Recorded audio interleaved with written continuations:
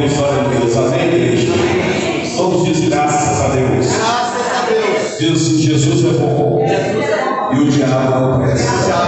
Aleluia. Pode desejar em nome de Jesus. Aleluia. Gostaria que você abrisse as vossas Bíblias no livro de João. Grande é o Senhor dos exércitos. Esse Deus, ele é fiel. Esse Deus está presente neste lugar.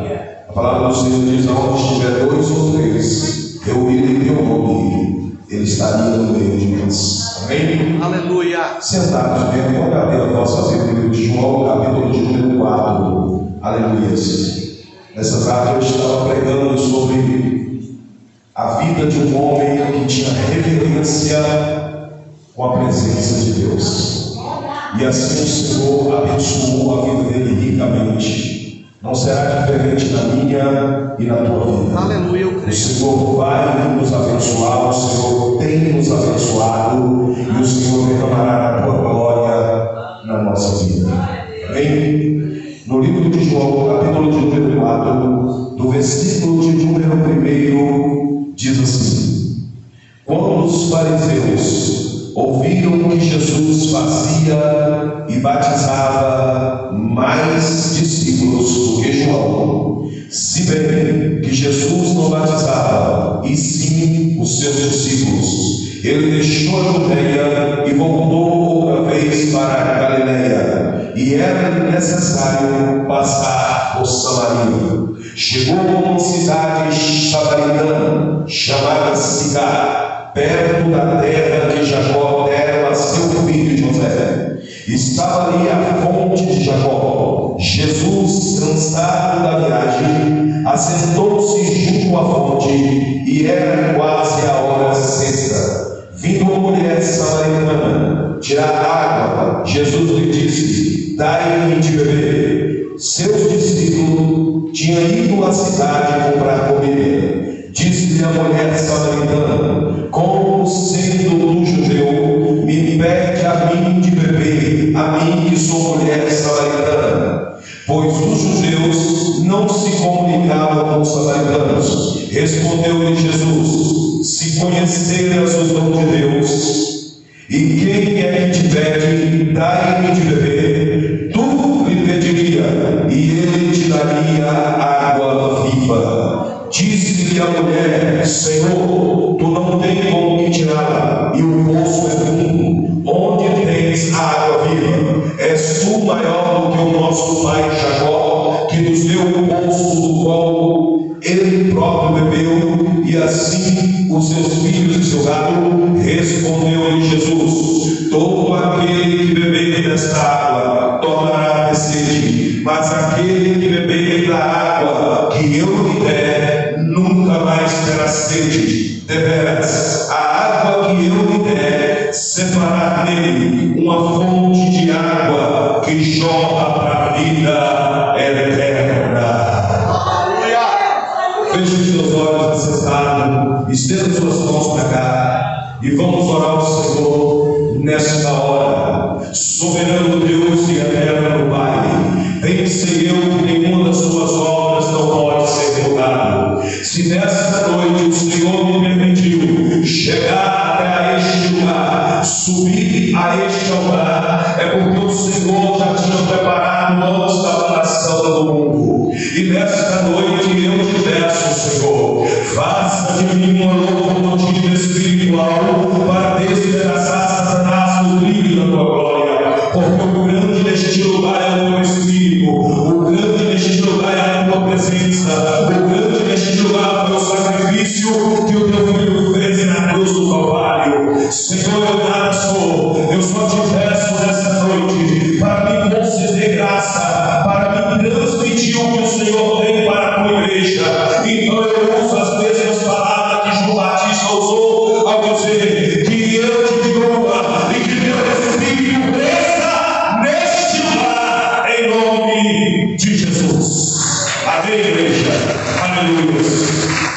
Igreja amada, a palavra do Senhor nesta noite, ela fala a respeito de um encontro com Jesus. Diga para o teu irmão que está do seu lado: um encontro com Jesus é necessário. Igreja amada, note bem que a palavra do Senhor nos fala que Jesus, ele cansado do caminho. Vai ser em poucas passagens bíblicas que você vai encontrar Jesus cansado. Mas a Bíblia diz que Jesus cansado do caminho, ele se assentou à beira de um poço chamado Jacó. E a palavra do Senhor nos fala que era a hora sexta. É esta que é onde nós olhamos e imaginamos por que o escritor ele permitiu que explicasse a hora exata. A hora sexta para os judeus simboliza meio-dia. Interessante que a palavra do Senhor nos fala que ao meio-dia estava indo uma mulher tirar água naquele lugar. Ao meio-dia estava indo uma mulher para tirar água. Mas não era costume do povo judeu, não era costume das mulheres tirar água ao meio-dia. O que tinha naquela mulher? O porquê Jesus ele se assentou logo ao meio-dia. Ei, nada do Senhor é por acaso, nada acontece por acaso na minha e na tua vida. O Senhor sabe o que você precisa, o Senhor sabe o que eu preciso. Não é por acaso. Jesus é sentado naquele lugar. Aquela mulher chegou com um cântaro. Jesus olhou para aquela mulher e ele disse: Ei, me dá água para que eu beba. Aquela mulher olhou para Jesus. Ela notou que era um judeu. Note bem, meu amado irmão, que Jesus não chegou falando: Eu sou judeu. Note bem que Jesus não chegou dizendo: Eu sou judeu. Mas a Bíblia nos fala que aquela mulher conheceu ele como judeu. Isso quer dizer o quê? Muitas pessoas, elas gostam de ver a aparência. Elas notou que Jesus era judeu pela aparência, pelas vestimentas. Ei, deixa eu te dizer uma coisa nessa noite. Muitas pessoas podem te julgar pela tua aparência, mas Jesus te chama pelo teu nome nessa noite. Glória! Aleluia! Muitas vezes acontece isso na minha e na tua vida. Ser julgado pela aparência. Jesus olhou para aquela mulher, creio eu que ele deu um sorriso nesta hora. Aquela mulher olhou e disse: Como pode um judeu, ser um homem judeu, e pedir a minha água a uma mulher que sou samaritano? Porque os judeus e os samaritanos eles não se comunicavam, eles não se associavam. Era uma guerra que os dois tinham há muito tempo. Mas a Bíblia diz que Jesus olhou para ela e disse: Se tu soubesse quem é que está te pedindo, é tu que me pediria e eu te daria água viva. Meus amados irmãos, aquela mulher olhou e disse: Mas você não tem como me tirar. Olha, note bem que ela novamente ela repara. Jesus não tinha cântaro. Jesus não tinha como tirar água daquele poço. O poço era fundo. Ela disse: O poço é fundo, você não tem como me tirar. Meus amados irmãos, o que eu quero te dizer nesta noite é que eu e você muitas vezes devemos parar de olhar para a aparência e olhar o que tem depois da aparência. É o que nós temos que ver nesta noite. A palavra do Senhor nos fala que Jesus olhou para aquela mulher e disse: Se tu beber esta água, tu tornarás ter sede. Mas se tu beber da água que eu tenho para te dar, nunca mais terá sede, mas deveras vai nascer em você uma fonte que vai jorrar para a vida eterna. Igreja, eu quero te dizer nesta noite, aquela mulher ela tinha um problema que precisava ser sanado, curado, libertado por Jesus. Meio-dia, pastor João, aquela mulher foi tirar água. Meio-dia é um horário universal. Não é um horário estadual, mas é um horário universal. Meio-dia, o que nós estamos fazendo? Reunindo com a nossa família ao redor de uma mesa para almoçar. Aquela mulher estava meio-dia. Era algo diferente, estava acontecendo alguma coisa com aquela mulher. Por que ela ia meio-dia tirar água? Você sabe por quê? O costume das mulheres ir ao poço tirar água é 9 horas. É a terceira hora do dia. As mulheres iam tirar água, levavam para suas casas, enchiam as talhas para, quando dava meio-dia, a água estava ali para purificação, para lavar as mãos, para fazer os seus alimentos, mas aquela mulher ia meio-dia. Creio eu, meus amados irmãos, que aquela mulher era perseguida, creio eu sim, que aquela mulher era perseguida pelas outras. Ela não ia até as 9 horas da manhã tirar água, porque 9 horas da manhã as outras mulheres estavam apenas no poço tirando água. Mas quando ela chegava, as outras mulheres começavam a apontar para ela. É ver aquela mulher, cuidado com o teu marido, viu? Ela tem outros maridos, ela já tivesse muito. Então isso machucava ela. E isso criou dentro daquela mulher uma coisa chamada complexo de inferioridade. A mulher não conseguia casar. E talvez o inimigo colocava no ouvido dela, no coração dela: você jamais vai se casar um dia. Por isso ela tinha, a Bíblia fala que o próprio Jesus revelou a ela que ela tinha vários maridos. Ela tinha um complexo dentro dela. Às vezes você não senta com uma pessoa para perguntar o porquê aconteceu isso com você. Ou você não senta para perguntar o que está acontecendo com você. É algo da natureza humana. Antes de perguntar, acusar. E aquela mulher nem conseguiu ser acusada por isso. Mas interessante que não foi um homem, não foi uma mulher que comprou para ela, foi o próprio Jesus. Glória! Não tinha psicólogo no mundo que poderia curar o complexo de inferioridade que aquela mulher carregava. Igreja amada, eu já trabalhei com dependentes químicos. Eu já ouvi muitos relatos sobre dependente químico. Eu já fui dependente químico. Me recuperei, comecei a ajudar outros a se recuperar. E quando você senta para ouvir um dependente químico falar, que ele começa a expor, muitas vezes ele traz trauma do passado, ele carrega dentro de si um complexo que leva ele às drogas para poder conseguir aliviar aquele fardo pesado. Não admite que aquela mulher levava um cântaro. Era uma talha de barro, nem aquele pote de barro na sua casa. Você sabe que o negócio pesa. É de 5 a 6 quilos um pote de barro. Aquela mulher trazia esse pote de barro da cidade até o poço que ficava fora da cidade. Você olhando para o lado espiritual, você vê que ela carregava um fardo. E Jesus naquele dia foi encontrar com ela para poder aliviar o seu fardo. Aleluia! Eu não sei qual é o fardo que você carrega hoje. Eu não sei qual é o fardo que está sobre a tua vida hoje. Mas eu quero te dizer para você uma coisa: Jesus está aqui para poder aliviar você dessa carga. Aleluia, glória. A Bíblia diz que aquela mulher olhou para Jesus e disse: mas se você não tem como tirar, Jesus disse: olha, se você beber dessa água, você tornará ter sede, mas se você beber da água que eu tenho para te dar, em você vai nascer uma fonte. Olha que coisa linda, Deus. Em você vai nascer uma fonte. Interessante quando você vê um rio. Esse rio, São Francisco, se você for até a nascente dele, você vai ver que é uma pequena fonte. E ele se torna um grande rio. Jesus disse: eu vou fazer de você um rio. Não, ele disse: vou fazer de você uma fonte. Por que uma fonte, pastor João?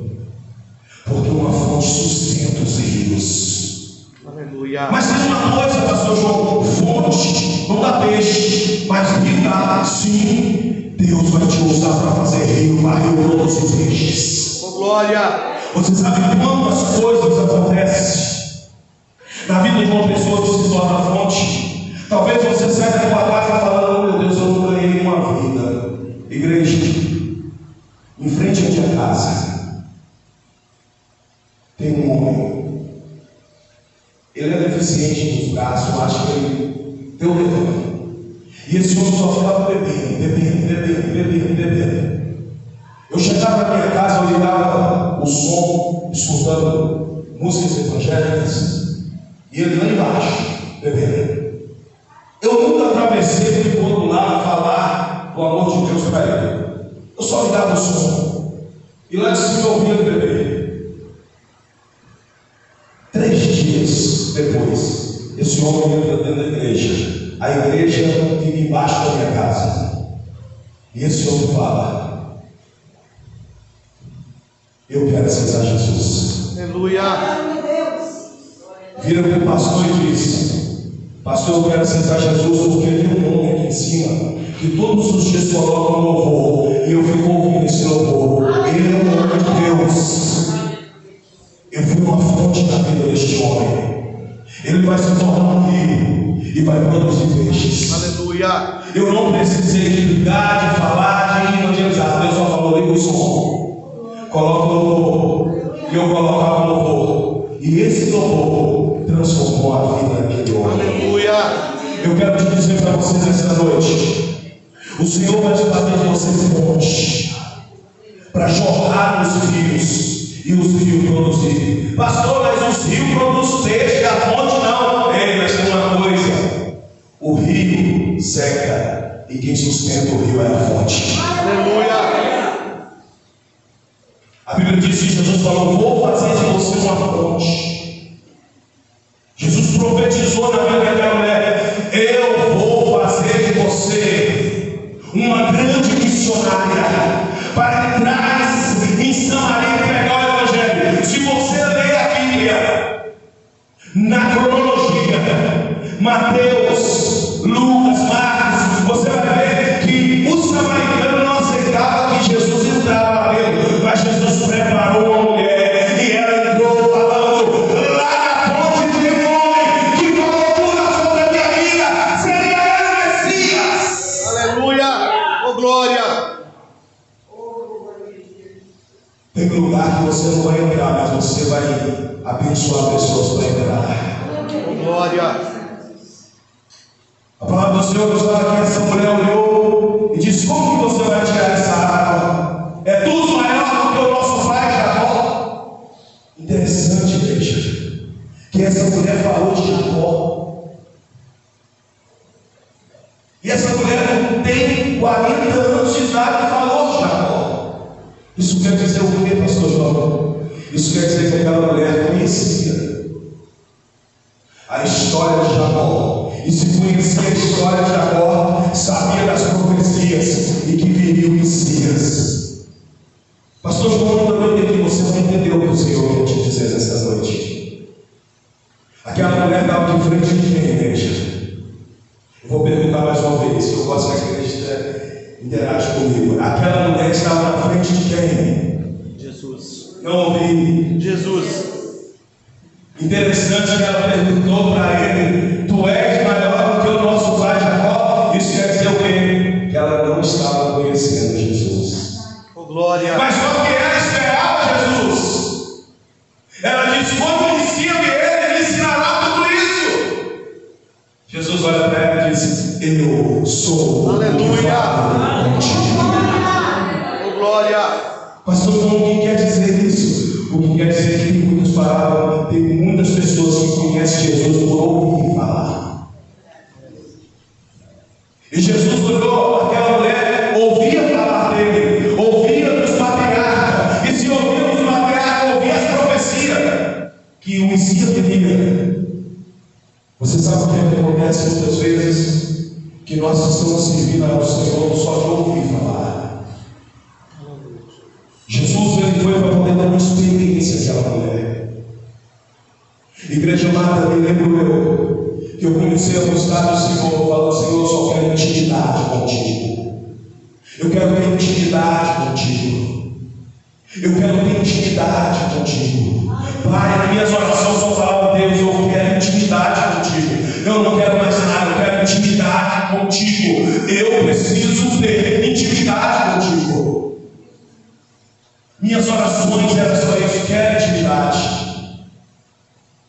E eu comecei a ter intimidade com Deus. E a intimidade com Deus dói. A intimidade com Deus é você se esvaziar de você mesmo. A intimidade com Deus é você fazer a vontade dele e não do homem. A intimidade com Deus é você virar as costas para as coisas deste mundo. A intimidade com Deus machuca. A intimidade com Deus faz você chorar. A intimidade com Deus faz você perder amigos. A intimidade com Deus faz você perder pessoas que você gosta. Aleluia.